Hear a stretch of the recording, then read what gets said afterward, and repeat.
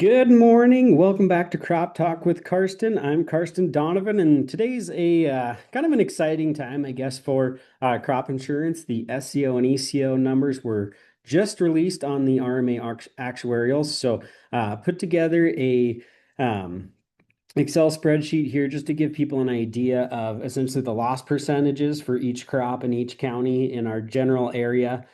This is only looking at non-irrigated crops. So if you have irrigated crops, it may be different than what this is showing. So just wanted to get the numbers out there quickly for everybody. If you have questions regarding your specific coverage, your specific policy, please feel free to reach out. So without further ado, I guess we'll go ahead and get into it. If we take a look at wheat in Hill County, basically the expected county yield and the final county yield is always going to be the same for wheat and pretty much every crop. It's just the projected price and the harvest price is different. So we saw a bigger decrease in price between winter wheat than we did, for instance, in spring wheat. As well as Durham. So I guess long story short, for Hill County, because of the final county yield being higher than the expected county yield pretty substantially, there will be no SCO, ECO payments for non-irrigated in Hill County wheat.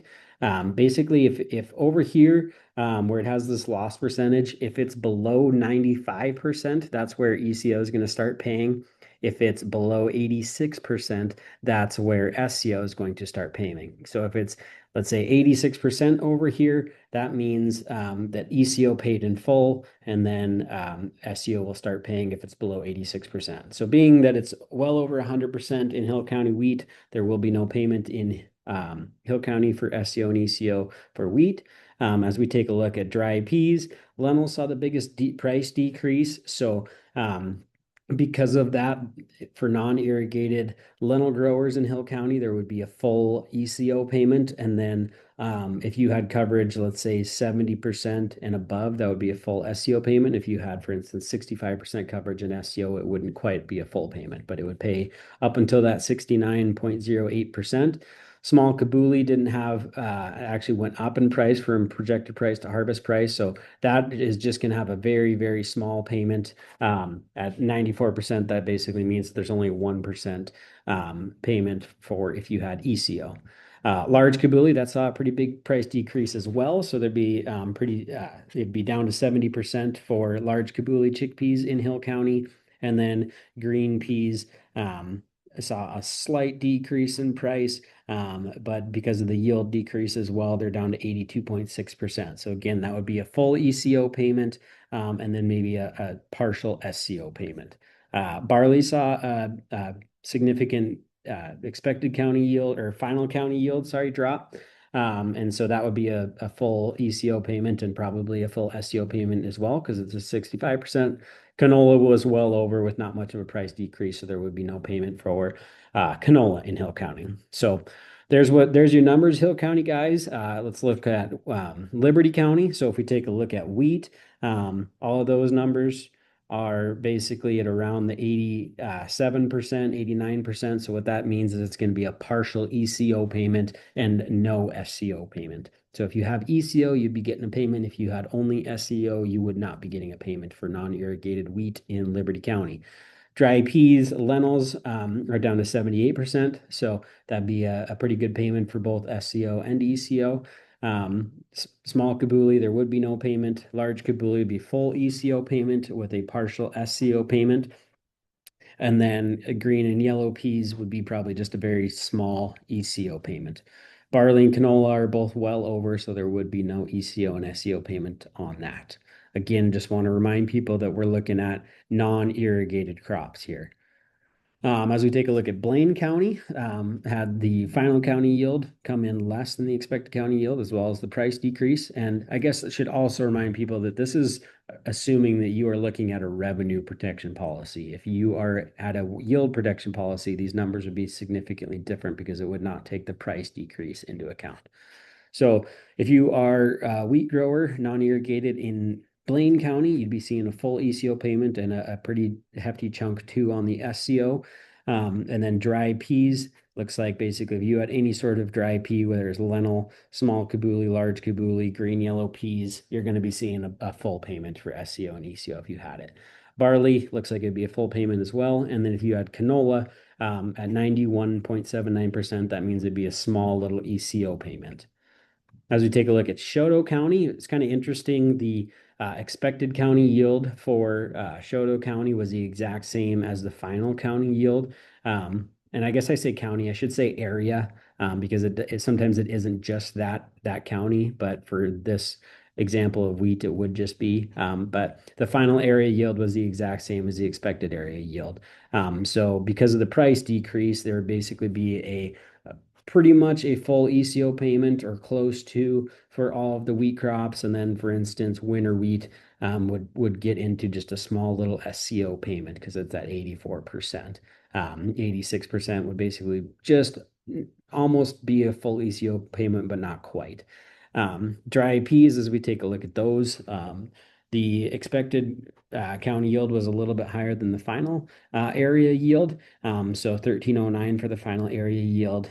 So lentils is at 72%. So I guess again, if you had, for instance, a 75% underlying coverage level, then that would mean and you had ECO and SCO, it would pay in full. If you had a 70%, then it wouldn't be quite a full SCO payment, but it just depends on your coverage. Small kabuli, there would be no payment because it's not under 95%. Large kabuli would be a pretty significant or a full ECO payment and probably a full, if not significant, SCO payment, being at close to 75%. Green and yellow peas would be just about at that line where it's close to a full ECO payment. And then barley would be a pretty significant payment as well, a full ECO with probably a full, if not very large payment on the SCO side. Canola would be no payment because it's well over the 95% threshold. As we take a look at Phillips County, Phillips County had definitely a down year, some low final area yields. So it was 25.2 for wheat as the expected area yield. 16 was what it came in as the final area yield. So basically, if you had SCO and ECO for all of these crops besides canola, you're going to be seeing more than likely a full ECO and SCO payment on those, assuming that, again, you have revenue protection on your policy. Canola, for instance, though, only had a 92.36%, so that would just mean that it would be a small ECO payment if you had ECO. Toole County is a county where the final area yields on the flip side of Phillips County were actually quite a bit higher than the expected area yields. So pretty much every crop that is non-irrigated in Toole County will not receive either an ECO or an SCO payment because they are all over the 95%. This, for instance, barley was close, but it is still over the 95% threshold to start triggering an ECO payment. As we take a look at the last county in our kind of general area, let's look at Cascade County. Cascade County had, especially in wheat, significantly lower final area yields than what their expected area yields were. So more than likely, you'll be receiving a full ECO and SCO payment if you had those coverages, assuming you had revenue protection. And then as we look at dry peas, lentils at 72.6%. So again, that would be a full ECO payment and more than likely a full, if not a very hefty payment on SCO.